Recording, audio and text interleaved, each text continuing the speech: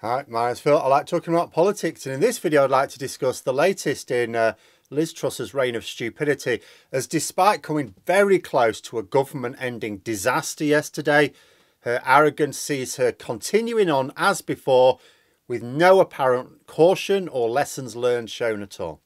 But first, if you'd like to be notified of daily news and politics, please subscribe to the channel and click the bell notification icon. So Liz Truss really is a cretin, isn't she? It was clear she wasn't clever, but I have to confess I did think she had some basic grasp of political realities. In 2020, she wrote a letter to Sunak and Gove pointing out the problems with leaving our borders wide open due to Brexit difficulties, borders that have now been left open indefinitely by the government because they daren't put import controls in place. But it showed that Truss was aware of the consequences of political actions and that she was concerned about them. Then, later as Foreign Secretary, she was eventually given the Northern Ireland Protocol brief. Before she went insane for party political purposes, she did actually engage with the EU Commission constructively. Again, it indicated that she understood the basics.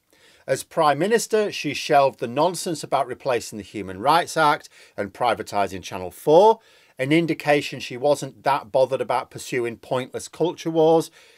All of these acts reinforced in me the notion that Truss may not have been the sharpest tool in the box, but ultimately she had a willingness to focus on real problems.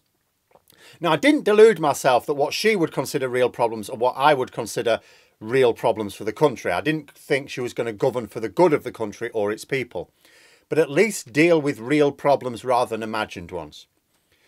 Then came the mini-budget and her response to the aftermath. When Truss became Prime Minister, she probably had more genuine emergencies in her in-tray than any Prime Minister coming into the job outside of wartime. The imminently increasing energy bills, the general cost of living crisis, related wide-scale industrial action, war in Europe, trade problems, a severe labour shortage, a recession just about to begin, high inflation set to get higher still, political wrangling over various Brexit agreements, most especially the Northern Ireland Protocol, another winter NHS crisis coming, COVID continuing despite everyone's attempts to ignore it, long COVID getting more serious, a climate emergency, and politically a poll deficit with her main rivals. All of these were problems created by or made worse by the government she has been a senior member of for years. But they were still serious problems. The energy bills crisis needed deal with most immediately, which she did, but in a less effective and popular way than Labour, which was a bit stupid. But then she created an entirely new and unnecessary emergency to dump on top of the in-tray. A massive programme of uncosted tax cuts. When the inevitable plunge in the pound happened, the government poured fuel on the fire by saying there was going to be more of it coming later on. After the weekend, Truss seemed to realise the gravity of the situation and she issued a press release promising a plan and an economic report in 2 months' time. The Chancellor tried to have meetings with people from the city to assure them, but they told him 2 months' time is 2 months too late. His plan yesterday was to ask speculators to please not bet against the pound. Can you imagine that as a plan? Asking hard-nosed currency speculators to turn down easy profits just to stop his fiscal experimentation looking extremely stupid. Needless to say, this is not a credible plan. Then, later on in the morning, we hear the Bank of England announcing a £65 billion package of effectively quantitative easing. They're not calling it that, it is. Basically, the bank is buying its own bonds in order to shore up the market. The day before, I got the impression that the Bank of England would not be taking any action until November. What happened? A day later, 65 billion quid's worth of action. Turned out, a load of pension funds was about to go to the wall that very day. The bank had no real time to mull things over. They had a matter of hours. They had to act urgently.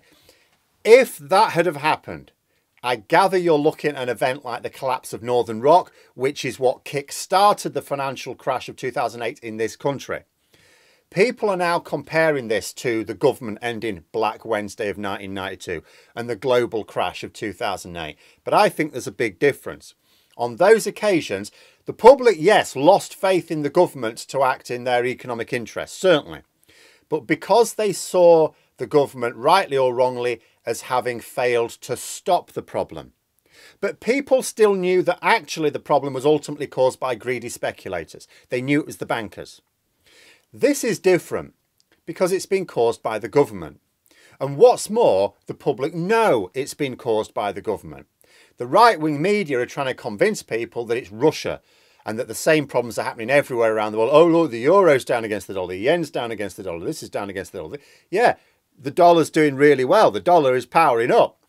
But the pound is down against every other currency. We're not just comparing it to the dollar. It's down against every other currency. It's pathetic to watch the right-wing media at the moment. Every time the pound has a little dead cat bounce, they go, oh, it's up against the dollar, it's up. You only have to wait a couple of hours and it's down again. And also the point I keep trying to make to these boneheads is, doesn't matter that it's up compared to like an hour ago. Is it up compared to when Kwarteng stood up in Parliament and opened his mouth? No, it's down.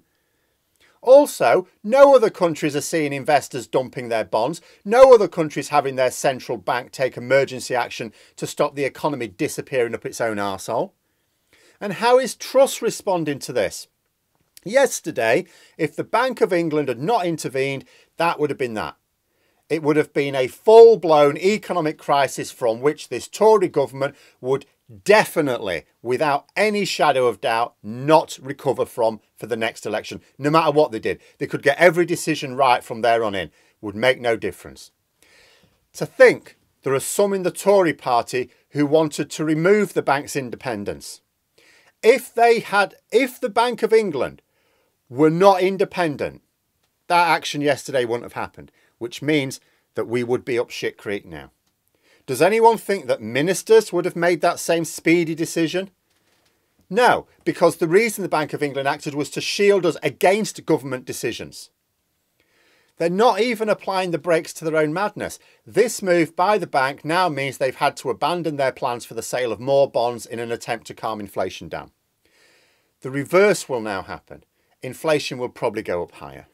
The Bank of England are stressing that their move doesn't solve anything. It's just buying time. It's the government who need to actually do something. They're the ones who decide our economic policy.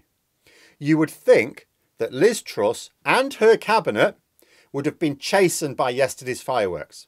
Because bear in mind, my partner was saying, how does one person have this much power? She doesn't. Liz Truss does not have the power to do this. Kwasi Kwarteng does not have the power to do this. If their cabinet and the wider Tory party said that enough is enough, stop this, they have the power to make them stop it. Truss and Kwarteng do not have the power to do this without Tory MPs supporting them. You would have thought they would be given pause for thought here. Even if Truss and Kwarteng are actually stupid enough to believe their economic theories, there was no need to act in haste as they did. There was certainly no justification in acting without a fully costed plan for delivering their policies. If someone genuinely believes in their economic ideas, they will have no problems publishing a full breakdown of the figures. The only people who hide their justification are those who don't really believe in them at all. But it's the arrogance that gets me. You could not imagine a clearer cut case of politicians having their ideas so comprehensively proven wrong. Yet they've not paused for a second. It's not just that they haven't changed direction. They haven't even paused. They continue to pursue their plans. To be clear, they won't get away with it. If Liz Truss does not change course, it's not just that, oh, Labour on for easy win at the general election. She won't get that far. She won't last. As damaging as it would be for the Tories to replace a leader twice in 1 year, never mind one parliament, they will be forced to do so. Like, if they get to the point where she's actually much worse than Boris Johnson, and I think she probably is, they'll just think, right, even if Johnson comes back, we're still better off. Even Johnson's most ardent detractors might prefer that he comes back. At least they might only lose 100 MPs rather than 150. But I'll talk about that in another video. Maybe later today if Truss hasn't crashed something else by this afternoon. But this arrogance is another feature of the Tories. Like most of the senior members of any Tory government are privately educated. It's their feature. 3/4 of the current cabinet had this privileged upbringing, right? And it instills in them a deep arrogance that they're special, they're somehow fated for greatness, that they have a divine right to it or something. Liz Truss was not privately educated, but the only way you can ever rub shoulders with those who are is by behaving in the same way. It seems it's just not possible to be taken seriously in the Tory party unless you exude this aura of arrogance. Ayrton Senna once said that it's not arrogance if you really are the best, which is a fair point. People can seem arrogant, but if they know what they're doing, it's really just confidence and assertiveness. In fact, the Tories see this quality not as arrogance, but as confidence. They think that confidence is all you need in life. We all remember Boris Johnson talking about optimism being needed to make a success of Brexit. If Brexit failed, it's because people didn't believe in it hard enough. He said that. Those were his words. That's the same thing. He was brought up with this concept, like all of his privately educated ilk. But when you know what you're doing, it's not confidence. When you don't know what you're doing, it's not confidence. It is arrogance. When you've got nothing underpinning that confidence, when you don't have the skills or the experience. And arrogance in your leaders is bound to end in disaster, especially when there is a serious emergency to deal with. Like when things are ticking along, it's not great. You're not going to progress, but it's not necessarily a disaster if you've got an idiot leader. But when you've got an actual emergency to deal with, like Dominic Cummings once described Liz Truss as the nearest person to properly crackers he'd ever met in Parliament. I thought this a little bit odd because he must have met Nadine Dorries, Michael Fabricant and Desmond Swain. But he's not exactly someone whose judgment I trust. But I'm going to have to say, after the last couple of weeks, I am inclined to agree with him. The Tories are often seen as the party of economic competence. Even when Labour are ahead of them, people say, oh, but Labour were ahead when Ed Miliband was in charge. Yeah, but they weren't ahead on economic competence. The Tories always seem to be ahead on that. It's only when Labour can finally get ahead on that again that they win elections. So people just see the Tories as better with the economy. It's maddening, really, because it's never the case. Well, Liz Truss has been Prime Minister for 3 weeks. And I'm not just going to tell you that Labour are now polling with a lead on who would be best to grow the economy. The poll that came out yesterday showed that Labour have a 34-point lead on who would be best at growing the economy. Liz Truss has done that. Yet Liz Truss is being interviewed this morning on various local radio stations, making a proper arse of it, of course. Utterly clueless. And she's insisting that what she's doing is right. But who, outside of her cabinet, thinks so? The public don't think so. Polling shows that. They're desperate for a Labour government now. The markets don't think so. The economy is on fire. The pension funds nearly collapsed yesterday. Even her own backbenchers don't think so. They're already talking about insisting that Kwarteng be sacked and Truss not being long behind if she doesn't shape up. Arrogance on a level to shame her Etonian colleagues. No wonder so many Tory MPs thought she'd do as leader. Like you looked at it and think, what are you smoking? So many shortcomings.